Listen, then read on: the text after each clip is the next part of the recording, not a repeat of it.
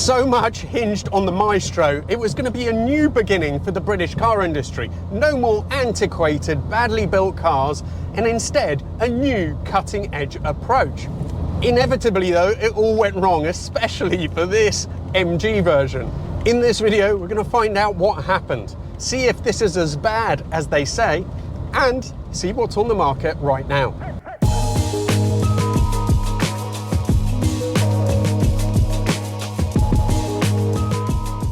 In 1975, British Leyland collapsed under its own weight, a bloated, inefficient mess.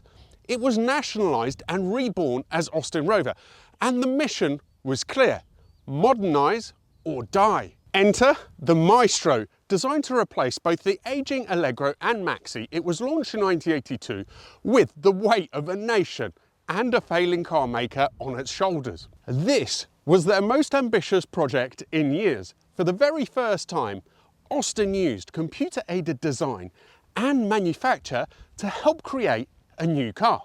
Gone was the quirky and clever but expensive hydrogas suspension system that had been used in earlier cars, to be replaced by much more conventional struts at the front and torsion beam at the back, just like the Golf. In fact, the early prototypes used VW's actual torsion beam rear suspension to develop these cars.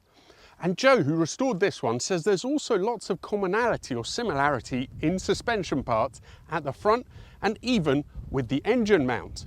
What is sure is that this did also use the Golf's gearbox. In its production run, 605,000 were built. Not a total disaster, but also not the breakout hit that Austin Rover desperately needed. And this MG 1600 version? Well, it came with its own unique set of issues. Inside, it looked like a spaceship, a solid-state digital dash and a voice synthesizer that talked to you.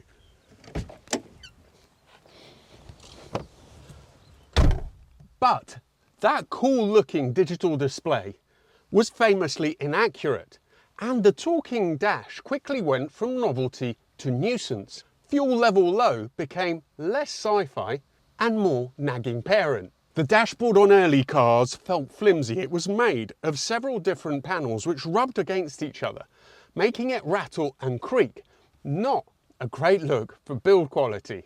And now the MG. This was supposed to be Austin Rover's GTI rival, a car to take on the Golf, but they just hadn't quite done enough. It certainly looked the part with alloy wheels and a subtle body kit, and these rear strakes alone are supposed to reduce the CD coefficient of drag from 0.38 to 0.36, though unfortunately that is still higher than on a Golf. Under the bonnet though lay the real problems. The 1.6 litre R-Series engine was rushed into production against the advice of engineers, and it showed. It ran rough, it was difficult to restart when hot. Its twin Weber carbs were notoriously difficult to tune, especially for dealerships that had been used to the much simpler SUs. And performance was weak. 103 horsepower, 9.6 seconds 0 to 60, 111 mile an hour top speed, just didn't seem like a proper GTI. So is it really as bad as they say, or is there some promise under all that missed potential? Let's find out. Right, let's hear it roar.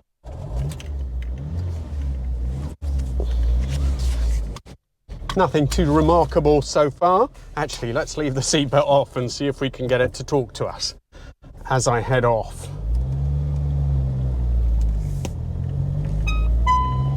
Please fasten your seatbelt. Oh, you can see how that would get annoying pretty quickly. That synthesized voice was supposedly based on an actress of some kind, but it doesn't sound like an actress to me. It does sound like a very early 70s robot. But I have to tell you, when I was a little nipper, I was back in Italy visiting one of my cousins, and someone on her estate had one of these, and one of her friends came up to us massively excitedly, going on about the car that talks to you. Come and hear the car that talks to you.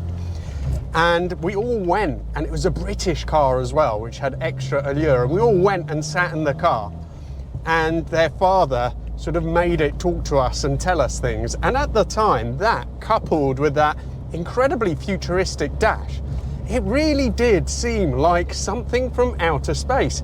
It was unbelievable, this car.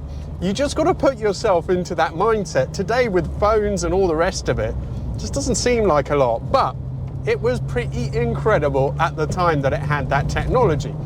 Another quick word about the MG versions. This was the first of three. The 1.6, this one with this engine anyway, I think only lasted for a year. And then after that, there was with the, I think it was the S engine, but then more significantly, they went to EFI, electronic fuel injection, and a 2-litre O-series engine. That had 115 horsepower. Also chassis revisions and body kit differences that made it a much better car than the 1600. And after that still, in limited edition, I think only 500 were made, Maestro turbos. And that was a proper thing, 150 horsepower that had. It was quicker than all the competition.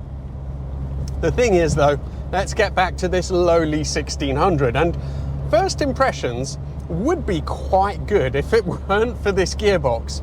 It has been described as being like an automotive chastity belt, and I'm inclined to agree. And it's odd because in the Golf that it comes from, the Mark 1 GTI for this 5-speed, was actually a good gearbox and it's nice to use. In this, it's horrible. And that is because once again, they rushed the mechanism, so it's just not fit for purpose. In this car, first gear in particular, is really quite tricky. But now let's see what the 103 horsepower feels like. If I can get it into first. Yeah, it's gone. Right.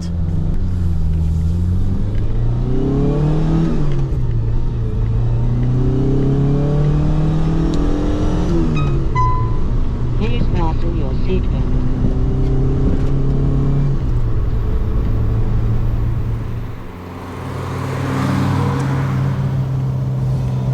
I'm trying to think of some positives for this engine, but I'm just falling woefully short. I don't really think it's the engine's fault. It's an old engine. It came from the Maxi and the Allegro. It wasn't designed to be used in this way. They sort of approached Weber and got them to quickly put together an intake and carb package to make this more like a GTI, and it doesn't work. I mean, it's perfectly usable every day. I haven't had today massive hot start problems. It can take a little bit longer if it's hot to restart it, but it will always restart.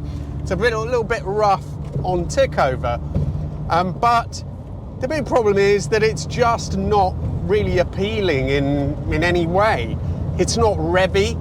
It's got a little bit of torque, but it's not monstrously torquey. It's not quick. There's just nothing to recommend the engine.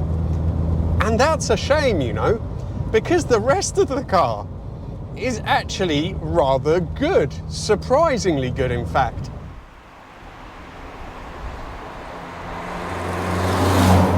The steering is pretty accurate. It's really nicely weighed. It's communicative. The suspension is really well judged. Now, the thing is that with this car, all they did mechanically to improve it was the suspension was left pretty much the same, but it had a thicker anti-roll bar. So again, you know, when I say that the GTI, it wasn't GTI enough, but the standard chassis obviously was good because this really has an excellent ride handling balance. Is it a true GTI? Probably not, but do you know what? It's fun enough to be a GTI. It's really mainly the engine that lets it down. Let's see what it's like on these tighter bends as well. To navigate that gearbox, and normal gears are just unpleasant to use, but first gear is just so difficult.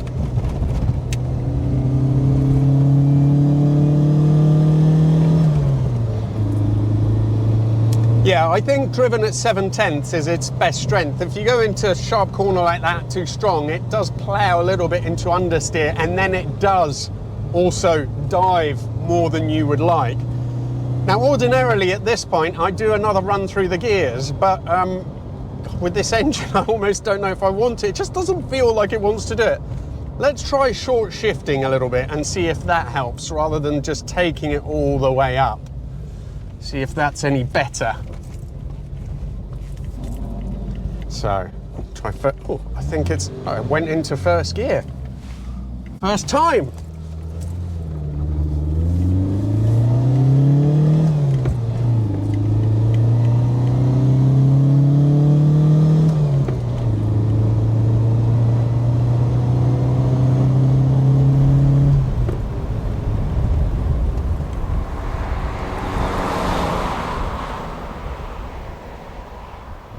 Again, on the way through here, I won't treat it quite as roughly as I did before, and I think it'll feel nice.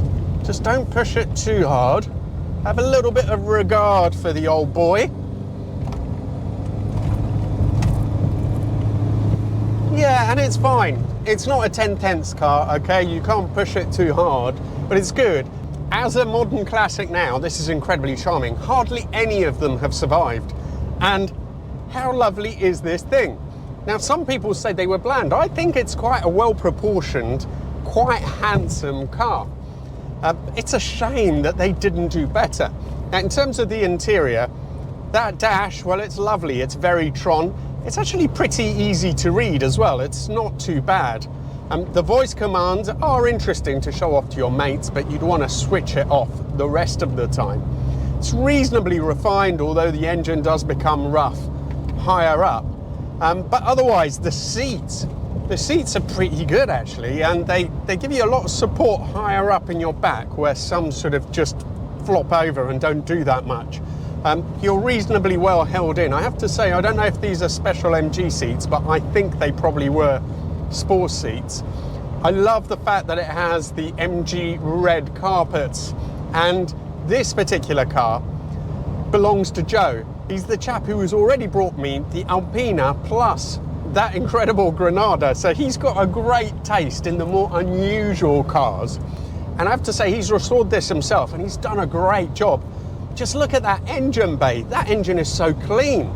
It's funny though to see that not only is it clean, but it looks like an old engine. It looks like it shouldn't be in this car.